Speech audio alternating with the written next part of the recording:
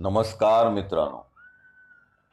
आज एक ना धड या माझ्या पुस्तकातील पुढील 4 प्रकरणे आपण वाचूया.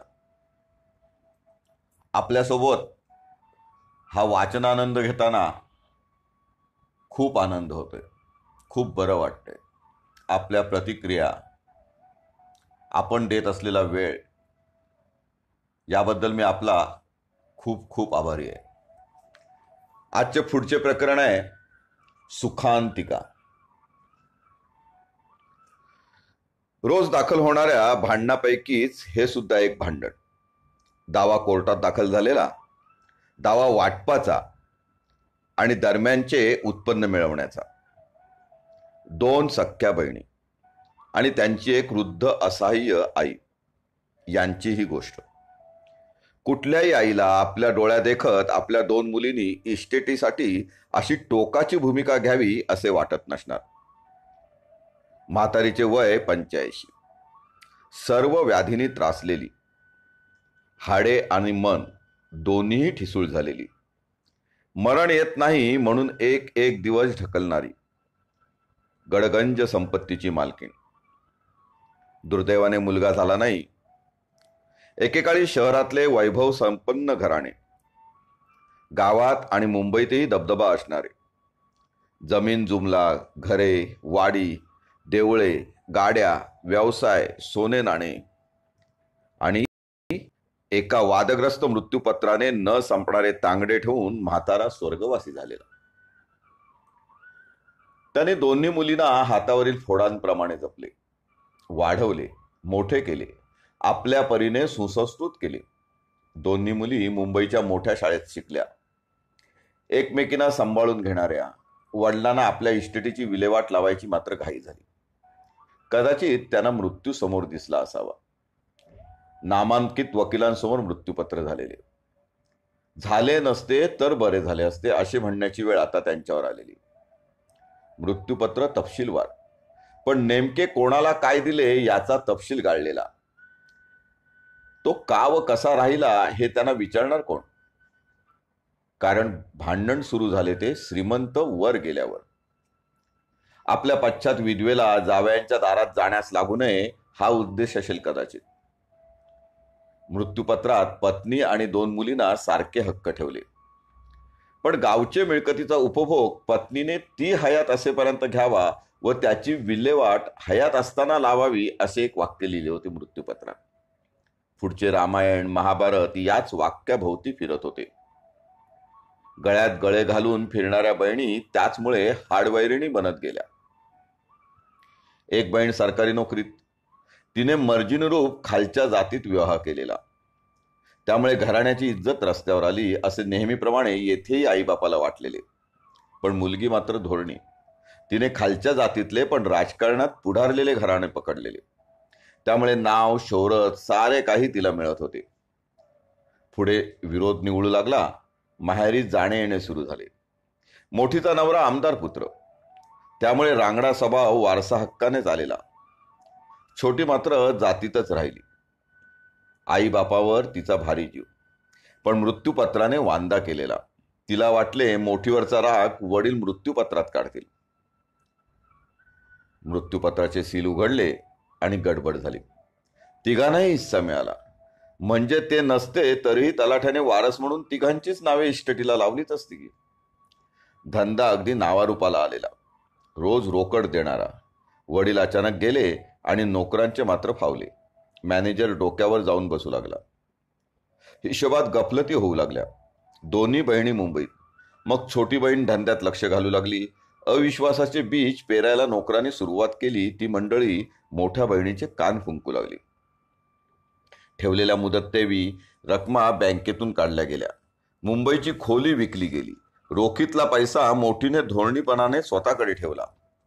चेकची रक्कम आणि छोटीच्या नावे जमा राहिलेली रक्कम. पुरावा नसल्याने मोठीला सल्ला देणाऱ्याने चेकच्या रकमेतही हिस्सा मागितला. म्हणजे नाक दाबायला सुरुवात केली. विधवा आई त्या तमाशाकडे हतबल होऊन पाहत होती. तिला सारेच अनपेक्षित होते. मृत्यूपत्राचे प्रोबेट भांडण गेले. वकील नावाची जात आता भांडणावरची राख उडवू लागली. मत्सराचे निखारे फुलवू लागली. आम्हाला सारखेच काही नको म्हणणारे, सरकारी नोकर असणारे दोन्ही जावई म्हातारीचे हाल होऊ नयेत हेच कारण सांगून वाटपाची बोलणी करू लागले. मोजणीदार आले, वाटे ठरले, धंदा कोणी घ्यायचा, रक्कम कोणी घ्यायचे ठरले, घरे जमीन जुमला सगळं काही ठरले. वरकरणी सारे आलबेल असले तरी महत्वाकांक्षा आणि जास्तीची हाव या दोन विकारांमुळे वाटणीपत्र मात्र होत नव्हते. त्यातच म्हातारी पडली, जायबंदी झाली. 6 महिने हंतरुणास खेळली. सामंजस्य संपले, नोटिसा निघाल्या, त्याला उत्तरे आली, आरोप प्रत्यारोप सुरू झाले. वरकरणी सारे आलबेल असले तरी महत्वाकांक्षा आणि जास्तीची हाव याच्यामुळे धंदा रसातळाला गेला. मोठीच्या नवऱ्याने तो सक्तीने ताब्यात घेतला. आता छोटीचे रडगाणे सुरू झाले. मोठीने आईचा आणि इस्टेटीचा कब्जा घेतला. भांडण मिटावे म्हणून आईने भराभरा सह्या केल्या. मुंबईच्या वकिलांनी राजभर कागद इंग्रजीतून करून आणले. आईने वेड्या आशेने त्यावर सह्या केल्या आणि नव्या वादाला जन्म मिळाला. आईचेही मृत्यूपत्र केले गेले. अखत्यारपत्र, अधिकारपत्र सारे काही झाले. छोटीला बेदखल करण्याचा जणू मोठीने विडाच उचलला. राजकारणी डोके आणि तत्वशून्य वकिली यातून पिढीजात भांडणे रंगवणारे कागद जन्माला आले. छोटीला कोर्टात जाण्याशिवाय पर्यायच नव्हता. सरकार दरबारी छोटीचे नाव काढून टाकावे असे कुठल्या आईला वाटेल. पण तसे घडले आणि सामंजस्याचे सर्व मार्ग बंद झाल्यावर कोर्टात वाटपाचा दावा दाखल झाला. आई कोर्टात येऊ शकत नव्हती, पण मोठीने मोठे वकील दिले. सिनियर ज्युनियर जोडी दोघींसाठी मुंबई आणि गावाला उभी राहिली. वकील डावपेच सुरू झाले. छोटीला वाटले तेवढे सरळ भांडण राहिले नाही. सिनेमाचा पगडा असणाऱ्या या भगिनींना आपण का आणि कशासाठी भांडतोय हेच कधी कळले नाही. न्यायालयात प्रयत्न करूनही तडजोडी होत नव्हत्या. खाजगी भांडण म्हणून शेजारी पाजारी नातेवाईक वाईटपणा नको म्हणून लांबच राहिले. कोर्ट आपले काम करतच होते. कायद्याची कोंडी आपल्या परीने सोडवीत होते. वकील नवनवे डावपेच आखत होते.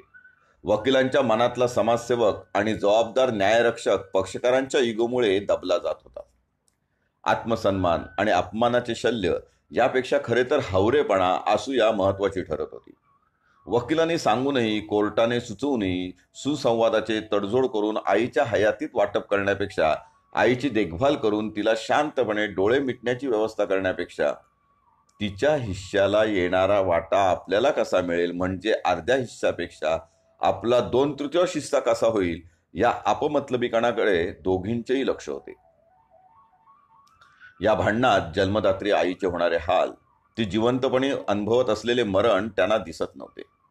मृत्यूपत्रातला उपभोग राहू दे, झाडांचा आंबा सुद्धा म्हातारीच्या तोंडात पडत नव्हता. मिळणारे भाडे तिला सुखाने झोपू देत नव्हते. तिला हिस्सा नको होता, हातात रोकड रक्कम पाहिजे होती, ती शेवटच्या औषधोपचारासाठी. पण तीही बँकेत अडकून पडली होती. तिला तारखेत रस नव्हता. ती हंतरुणाला खेळली होती आणि तिच्या नावाने मोठी बहीण नवे डावपेच टाकून कोर्टात वेळकाढूपणा करत होती. ती म्हातारी मरण्याची वाट पाहत होती. कोर्टाला म्हातारीच्या हयातीत सोक्षमोक्ष करून पाहिजे होता. थोडी माघार घेऊन धंद्याचे हिशोब करून पैशाचे वाटप करून 3 भाग करावे, रोकड आईच्या हातात द्यावी, तिला उत्तम रुग्णालयात नाहीतर वृद्धाश्रमात ठेवावे, नाहीतर तिची एकत्रित शुश्रूषा करावी व पैसा खर्च करावा. सर्व स्थावर जंगम मालमत्तेचे सारखे 2 भाग वाटपाने दोघींनी नावावर चढवावेत. मृत्यूपत्राकडे डोळेझाक करावी, आईचे मृत्यूपत्र रद्द करावे. हे साधे सरळ उपाय सहज शक्य होते, पण नियती आणि स्वभाव तसे होऊ देत नव्हती. अशी सुखांतिका त्यांना मान्य नव्हती. या कथेचा शेवट असा गोड होणार नव्हता. शेवटी डोळे मिटले म्हातारीने. अचानक दोघींना उपरती झाली. बापाची कष्टाची मिळकत विकायचे ठरले. खरेदीदार टपलेलेच होते, घरातीलच होते. तत्वाचे भांडण एका रात्रीत गळून पडले. थैला हाती आल्यावर भांडण मिटून गेले. भांडण आईसाठी नव्हतेच मुळे. सर्व पैशात तोलले गेले. त्यांच्यासाठी ती एक सुखांतिकाच होती. मित्रांनो, यानंतर बँक मॅनेजर हे एक व्यक्तिचित्र आले. अगदी या चित्रात दिसण्यासारखं. माझ्या एका पक्षकारापैकी आणखी एक पक्षकार जे मनावर कोरले गेले. Bank manager. अनेक वर्षे मानेला पट्टा, अंगावर जुना सफारी, खिशाला 2 ते 3 साधे पेन, एका खिशाला पेनानेच प्रसाद दिल्यामुळे पडलेला डाग, मधुमेह झाल्याने पायाला खाजवल्यामुळे दिसणारे व्रण, प्लॅस्टिकचे बूट, अशा थाटात खरे काका आमच्याकडे येत असत. आले की थेट घरात प्रवेश. आवाज खणखणीत आणि थोडा जास्तच मोठा, स्वरही आग्रही, किंबहुना गळेपाणूपणाचाच. पहिली चहाची ऑर्डर. माणूस तसा सोजवळ, साधा, त्यामुळे मुलींचा गमतीचा विषय. बरे चहा नाही मिळणार सांगितले तरी त्यावर खळखळणारे हास्य. 1-2 हास्य विनोद करून धडाधडा निरोप ठेवून गेट उघडून हा माणूस जाणार सुद्धा. समोरच्याला काय कळले याच्याशी त्याचा काही संबंध नसायचा. धांदरटपणा हीच तर खऱ्यांची खरी ओळख. फोनवर समोरची बोलायची वाट न बघता समोरच्याचे बोलणे पुरे होण्याच्या आतच फोन बंद करणारा हा इरसाल काका. ज्युनियर वकील मंडळी म्हणजे त्यांचे शत्रू नंबर 1. वकिली या म्हाताऱ्यावर नेहमीच वैतागलेले. म्हणजे तुमच्या सांगण्यावरून आम्ही काकांना उलटे बोलत नाही, पण ते आमचं सतत पाणउतारा करतात, जजसमोर काही विधाने करतात, असाच नव्या शिकाऊ वकिलांचा सूर असायचा. जाऊ दे रे, त्यांचे संतुलन थोडे बिघडले. एक काळ त्यांनी गाजवलंय. त्यांच्या मनासारखे करण्याचे नाटक तरी करा, हा माझा त्यांना सल्ला असेल. पण खरे सुद्धा सुधारत नाहीत आणि आमचा ऋणानुबंधही कधी तुटत नाही. त्या दिवशी तो आग्रहाचा, खाक्यातला सूर नव्हता. विनंती होती. त्यांची पत्नी सिरियस होती. एका मोठ्या बँकेचा हा माजी अधिकारी, ज्याने आयुष्यभर थैथयाट घातला, लाखो करोडोंची प्रकरणे हाताळली, तो अगदी काकुळटीला आला होता. डॉक्टरांनीच आशा सोडली होती आणि खिशात दमडाही नव्हता. मोठे हॉस्पिटल परवडणारे नव्हते. सरकारी रुग्णालयात ओळख निघते का शोधत होते. पत्नीला असे सोडून जाताना पाहून खरे काका पार खचले होते. पत्नीने जेमतेम काही दिवस काढले. पत्नीला परिस्थितीने आणि पोटातल्या कर्करोगाने ग्रासले होते. होणारा हा माणूस परिस्थितीने हतबल झाला होता.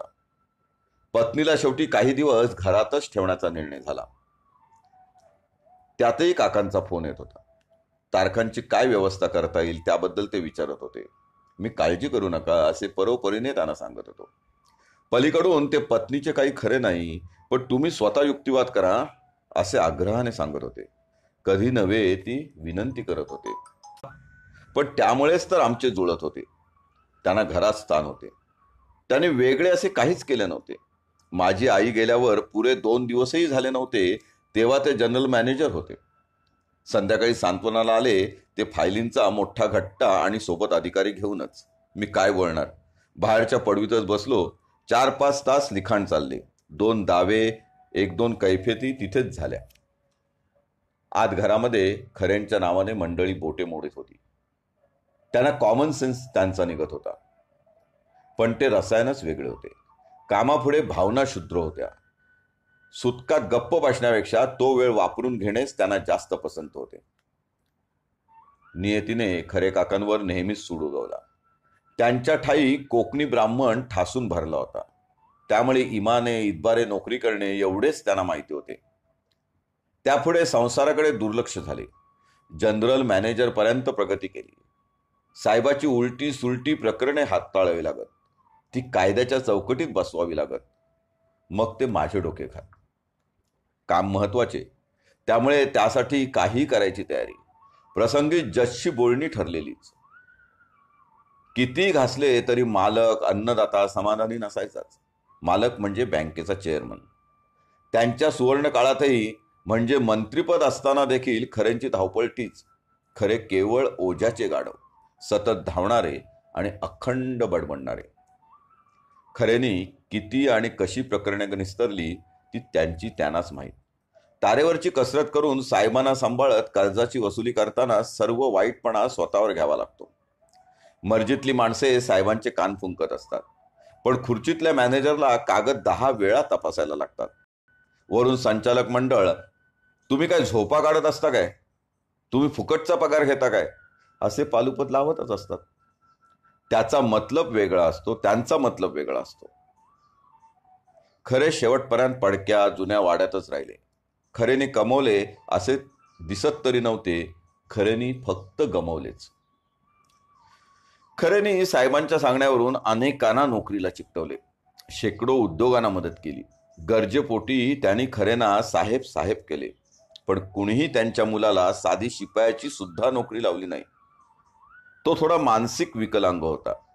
त्याचे ओझे घेऊनच खरे काका धावत होते, पळत होते, बँकेसाठी झिजत होते.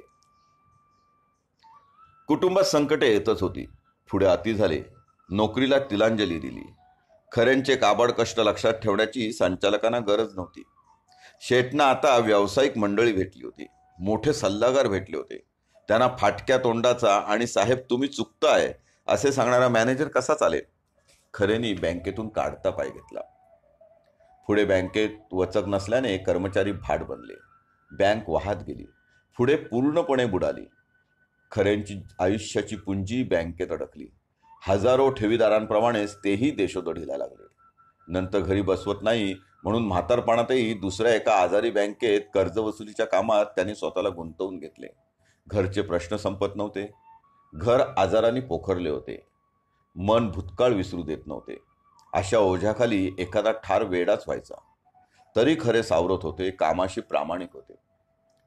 त्यांच्या वागण्या बोलण्यात हे परिस्थितीचे ओझे जाणवत असायचे. अशी शेकडो माणसे माझ्या सानिध्यात आली. प्रत्येकाने मला शिकवले, घडवले, मला अंतर्मुख व्हायला लावले. हे नंदासदीप सतत तेवत होते, म्हणून तर माझे माजघर उजळून निघत होते.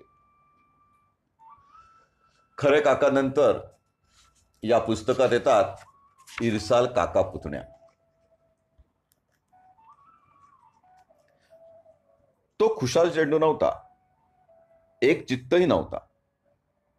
चंचलपणे एका वेळी 10 गोष्टी करण्यात त्याचा हातखंडा होता. घरचा लक्ष्मीपुत्र असला तरी बापाच्या जीवावर उड्या मारणाऱ्यांपैकी तो नव्हता. जो काही होता तो स्वतः धावपळ करून, वेडी वाकडे वळणे पार करून मोठा झालेला. अतिउत्साहामुळे अनेक वेळा नको ते प्रसंग ओढून घेऊन बसला होता. आईबापाची पुण्याई आणि गृहलक्ष्मीची कृपा यामुळे पुन्हा सही सलामत बाहेरही आला होता. पुन्हा तीच धावपळ करीत बराच पुढे आला. एक यशस्वी धंदेवाला आणि राजकारणीही झाला. या सर्व रगाड्यात तो कोर्टाच्याही चक्रा मारत होता. खर्च करायला खुळखुळणारा पैसा आणि सहज उपलब्ध होणारे वकील मित्र यामुळे अनेक दावे त्याने टाकले. त्याला आपला दावा कशासाठी, कुठे, कधी आहे हे माहीत असण्याचे कारणच नव्हते. वाजली तर वाजली याच पद्धतीने दावे दिलेले. स्टॅम्प ड्युटी फुकट जाईल याचीही त्याला काळजी नव्हती. 2 भावांनी केलेले दावे, पण दोन्ही भाऊ कामधंदेवाले, वकिलांवरच बोजा सोपवून निर्धास्त राहणारे. दावे केवळ धडा शिकवण्यासाठी किंवा नाक दाबण्याच्याच उद्देशाने दिलेले. काका विरुद्ध दिलेले दावे, तेही एका खाजगी भूखंडासाठीचे. काकाही बिलंदर. पुतण्याने एखाद्या जमिनीचे साठेखत केले की हे महाशय गुपचूप आपल्या पत्नीच्या नावे त्याच जमिनीचे खरेदीखत पूर्ण करून ठेवणारे. दोघांमध्ये जास्त लबाड कोण इतकेच काय ते ठरायचे. पुतण्याची साठेखते काकाकडे असायची, त्याच्या मूळ प्रती त्यांना मिळायच्या. काका स्वतःच अर्धा वकील, म्हणजे कोट न घातलेला व्यावसायिक. त्यामुळे दावा आणखीनच रंगलेला. त्याला अशा उद्योगांसाठी वेळही खूप असायचा. काका आतल्या गाठीचा, नम्र पण मतलबी. काकी पुतण्याची काही काळासाठी भागीदारी सुद्धा होती. त्यांचे देणे घेणे त्यांनाच माहिती. कागदपत्रे काकीचे नावावर, तर ताबा पुतण्याकडे. पुन्हा संबंध अगदी दृष्ट लागावी असे. कोर्टातली तारीख संपली की काका पुतण्या एकत्र जेवणारे, सणासुदीला एकत्र येणारे, एकमेकांच्या सानिध्यात चुकूनही दाव्याचा किंवा धंद्याचा विषय न काढणारे. तडजोड तर नाहीच, दाव्याबद्दल साधी चौकशीही न करणारे. ज्याला खऱ्या अर्थाने ऐशारामी भांडण म्हणता येईल असे लढणारे. कोर्टापुढे मात्र हाडवैरी. त्यात काका म्हणजे वक्तशीर, पुतण्याला धडा शिकवण्यासाठी प्रत्येक तारखेला तलवार पाजवूनच येणारा, अनेक डावपेच स्वतःच रंगणारा. कोर्टात पुतण्या हजर राहत नाही याचा पुरेपूर फायदा उठवणारा, वकिलांकडून काम करवून घेणारा, वेळोवेळी पुतण्याला चितपट करण्याचा आनंद मानणारा. गेले 1 तप हे काका पुतण्या कोर्टात भांडत होते आणि तरीही व्यवस्थित नांदत होते. त्यांचे हे भांडण समाजाला काहीही शिकवत नाही, पण पक्षकारांची एक जात त्यामुळे समोर येते. खरं तर भांडणाचं तसं काही कारणही नाही. संवाद असूनही सुसंवाद नाही, व्यवहारी असूनही समंजसपणा नाही आणि कळत असूनही वळत नाही. त्यांना आपापसातले व्यवहार, लांड्या लबाड्या चांगल्याच माहीत होत्या, पण दोघेही आपल्या चुका स्वीकारायला तयार नाहीत. तडजोड म्हणून दोन्ही भूखंड वाटूनही व्यवहार संपवता येईल, पण तडजोडीत घरच्या व धंद्याच्या वाटपाचा विषय निघतात. सगळ्याच मिळकतीचे वाटप करायचे तर तुझे माझे होऊन बसते.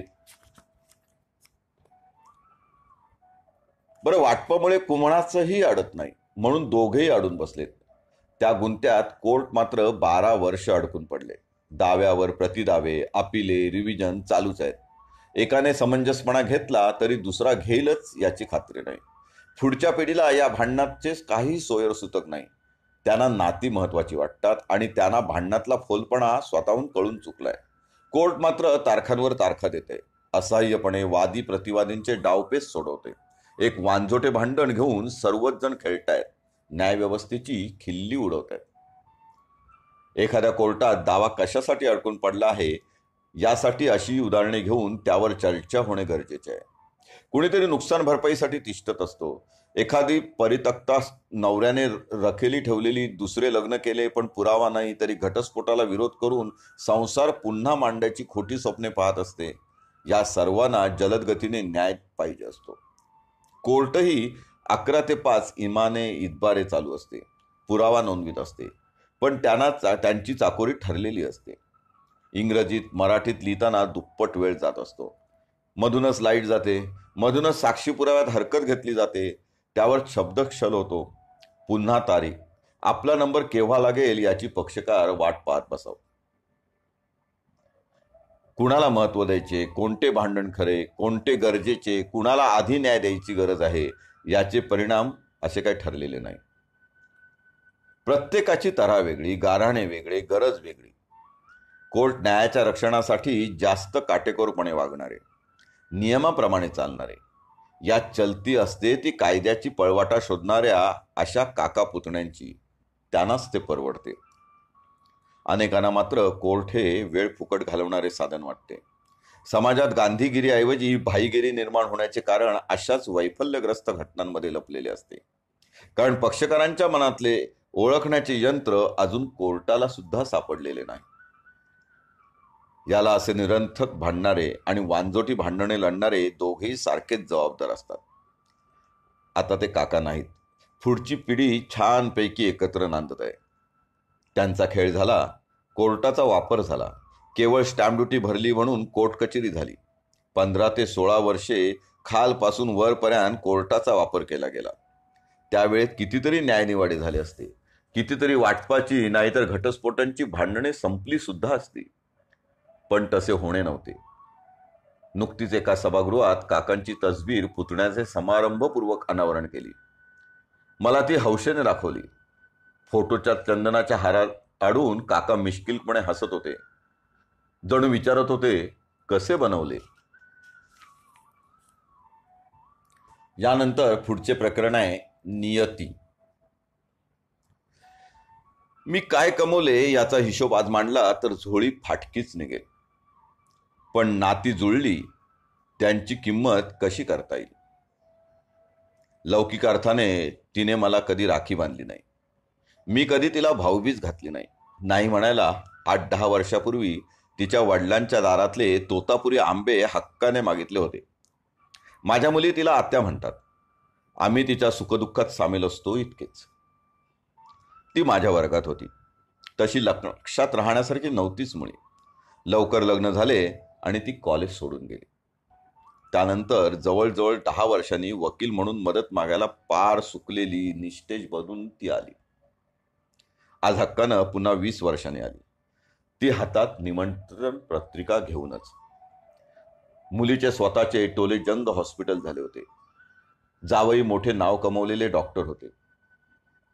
मोठ्या शहरात मुलीचा संसार चालला होता. दुसरी मुलगी वेगात प्रगती करत होती.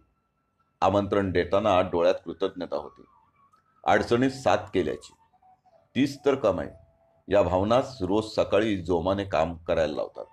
न थकता कोणासाठी तरी झिजायला लावतात.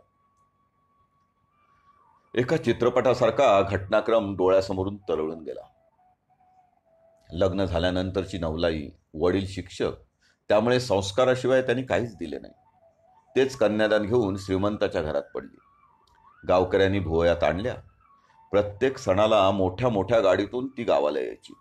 सर्वांना भरपूर काऊ आणायची. दृष्ट लागली.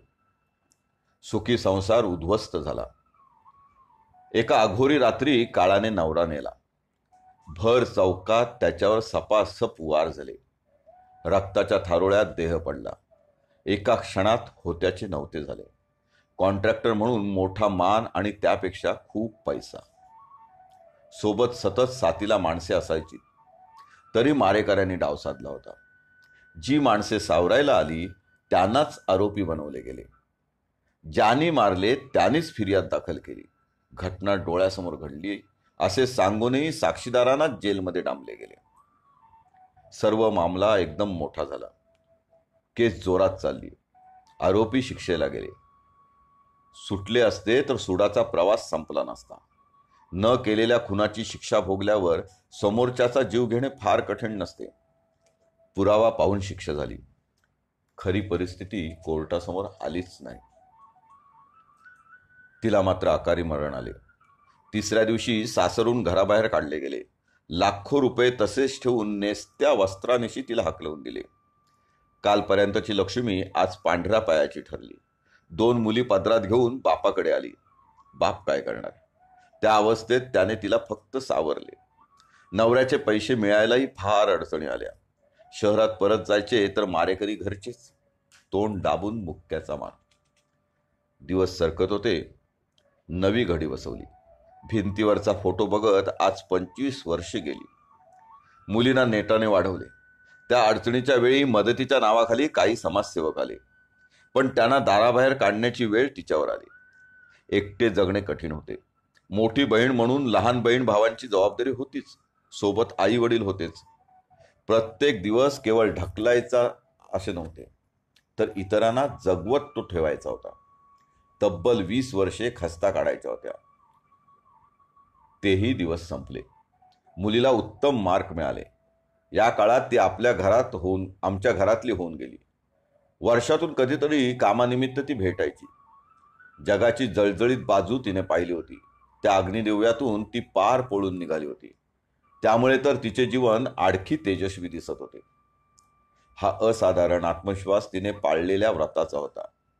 आता नियतीचे काटे उलटे फिरले. मिळकतीच्या हव्यासापोटी आप्तांचा जीव घेऊन पलीकडचा संसार फार सुखी झाला असेल असे वाटत नाही. फार तर धंदे वाढले असतील, डंपर वाढले असतील, मिळकत वाढली असेल, पण शांती कुठल्या बाजारात विकत मिळणार? नियतीने आता फासे उलटे टाकले. त्या जिद्दी माऊली पुढे नियतीनेही हात टेकले. संकटे येतात आणि जातात. संकटांना झोळीत घेऊन फिरायचे नसते, उगाळत बसायचे नसते. संकटावर आरूढ होऊन तो वादळातून त्या वाट काढायची असते. तोच किनारा गाठतो. तिनेही नेमके तेच केले. भूतकाळ उगाळण्यापेक्षा तो कडी कुलपात बंद केला आणि भविष्यासाठी रांगोळी रंगवली. कंबर कसून तो गाडा ओढला. म्हणूनच आज ती समृद्ध आई आहे. मित्रांनो, यानंतर या पुस्तकात माझा एक आणखी अविस्मरणीय प्रवास येतो. वकिली क्षेत्रातला ते प्रकरण आहे मुरुडचा कोर्ट दरबार. मुरुडचा कोर्ट दरबार. रेवदंडा खाडीशी माझे नाते गुंफले होते. येथूनच मी 1986च्या सुमारास पहिली तर पकडली होती. रेवदंडा पूल तेव्हा पुरा झाला नव्हता, म्हणजे वाहतुकीस खुला झाला नव्हता. वर्षानुवर्ष तो रखडलेला होता. एसटीने अलिबागहून आम्ही रेवदंडाला उतरायचो. राम पाटील वकिलांबरोबर जायचो. त्यांना मोठा मान. ड्रायव्हर, कंडक्टर त्यांची वाट पाहतच असायचे. वकिलाचा दरारा एवढा की पक्तीवर बॅग उचलायला पक्षकारही हजर असायचे. तो नसेल तर समोर येणारा सुद्धा वकिलांना त्रास नको म्हणून हात द्यायचा. मग आम्ही फुंडेंच्या हॉटेलात जायचो. इकडच्या तिकडच्या गप्पा होईपर्यंत खास मारामारी यायची. चव अशी की आजही तोंडाला पाणी सुटते. या मारामारीत जिरे घातलेली बटाट्याची भाजी, झणझणीत उसळ, शेव आणि कांदा असायचा. गरमागरम फुगलेल्या पुऱ्या जोडीला असायच्या. तोपर्यंत साळाव एसटीचा ड्रायव्हर आणि कंडक्टर यायचा. चहा कॉफी व्हायची. दरम्यान पॅसेंजर एसटीत जागा पकडायचे. आमच्या जागा मात्र राखीव असायच्या. निवांतपणे समुद्र पाहत मुरुड गाठायचो. तेव्हा कुठेतरी एखादे नवे घर उभारताना दिसायचे. व्यवहार ठरलाच तर तो एकरामध्ये असायचा. पूल सुरू झाल्यानंतर 3 वर्षात पूर्ण चित्र बदलले. 20,000 रुपये एकरवरून जमिनीची किंमत 1,00,000 रुपये प्रति गुंठा झाली. याच वेगात सर्व बदलले आणि त्याच वेगात गावेही बदलली. एसटीची गाडी खास आमच्यासाठीच MTDC गेस्ट हाऊस जवळ थांबायची. तेथेही पक्षकार वाट पाहत असायचे. हॉटेल चालक विजूभाऊचे वडील अगदी संत गतीने सेवा करायचे. पुन्हा चहा नाश्ता व्हायचा. एका पक्षकाराचे हॉटेल कम मिठाईचे दुकान होते. त्याची प्रसिद्ध जिलेबी आणि फाफडा सुद्धा यायचा. आमचे सिनियर व अन्य वकील एकमेकांचे खास दोस्त. बाजूबाजूच्याच खोल्यात आम्ही उतरायचो. कोर्टाचा बोर्ड जवळजवळ त्यांच्यात विभागलेला असायचा. पक्षकारही त्यांच्या त्यांच्या वकिलांच्या गॅलरीत जमायचे. सर्व काही खेळीमेळीत चालायचे. तोपर्यंत कॅरियरला कागदांचा गठ्ठा लावून विरकुड क्लार्क यायचा. त्याच्याकडे कोर्टाचा बोर्ड असायचा. तोही हातानेच लिहिलेला. हँडलला नक्षीची कापडी पिशवी असायची. दोन्ही वकिलांकडे तो आळीपाळीने बसायचा. तसा तो अर्धा वकीलच. कार्बन घातलेल्या कागदांवर अर्ज लिहायचा. दावा, कैफियत दोन्ही त्यांच्याच हस्ताक्षरात असायची. टायपिंग इन्स्टिट्यूट मुरुडमध्ये एकच होती. तेथून टाईप करून आणण्यापेक्षा हाताने लिहिलेले पक्षकारांना जास्त परवडायचे. समोरच संस्थानिकांचे बांधलेले ऐस पैस कोर्ट होते. स्थानिक वकील एकच. तो नुकताच वर येत होता. त्यामुळे तोही आलटून पालटून दोन्ही वकिलांकडे मदतीसाठी यायचा. जज वकिलांची वाट पाहत बसायचे. वकील आल्यावर दावे, फौजदारी चालायच्या. माझे लक्ष कोर्टातल्या जुन्या सागवानी फर्निचरकडे जास्त असायचे. मुरुड कोर्टात जजच्या डायसच्या वर बाल्कनी होती. पूर्वी तिथे पर्दानशीन मुस्लिम बायका खटले ऐकायला बसायच्या. आता तशी रचना कुठे पाहायलाही मिळणे दुर्लभ. पावसाळ्यापूर्वी सर्व फर्निचरला पॉलिश व्हायची. पुन्हा चकाकी यायची. दुपारी जेवणाचा मोठा डबा यायचा. पक्षकार मंडळी काहीतरी आणायचेच. कोर्टाचा स्टाफही या सहभोजनात सामील व्हायचा. मग चहा यायचा. वर्षातून एकदा इन्स्पेक्शन असले की रात्री एकत्र जेवण असायचे. तो मुरुड कॅम्प दोन्ही रात्रीच्या वस्तीचा. पण आमच्यासाठी तर ती पर्वणीच असायची. कैफियत, नोटीस बनवायला मी शिकलो तो या मुरुड मुक्कामीच. आता हे सर्व स्वप्नवत वाटेल. पण कोर्टात कुणी कुणाबद्दल कधीही संशय घेताना मी पाहिले नाही. या एकत्र नांदण्याची कधी कुणाला असूया देखील वाटली नाही.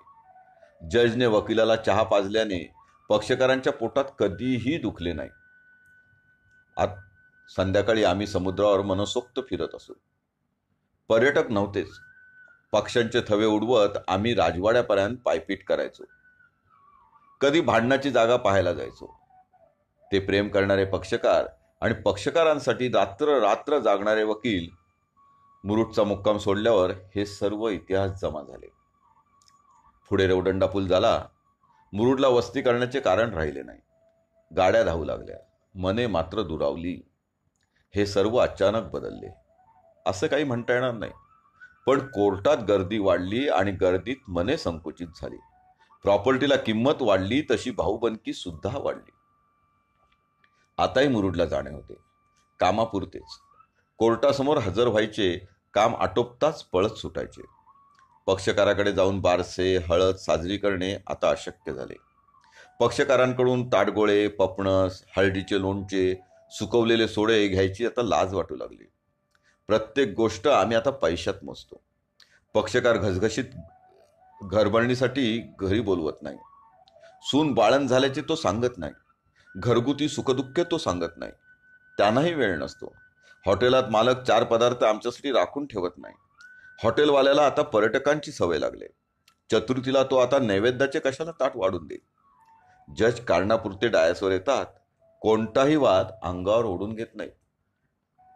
मुरुड आता जगाच्या नकाशावर ठळकपणे दिसू लागले, पण माणुसकीच्या नकाशावर धुसर होऊ लागले. आताही कोर्ट तेच आहे, इमारत तीच आहे, बदलली ती आतली माणसे, बदललो ते आम्ही वकील. मुरुड जंजिरा तोच आहे, बदललाय तो नावाडी.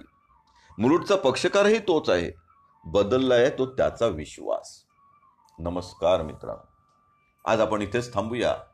उद्या पुन्हा भेटूया सकाळी 11 वाजता पुढील अभिवाचनाकरता. एक ना धड याचा. धन्यवाद.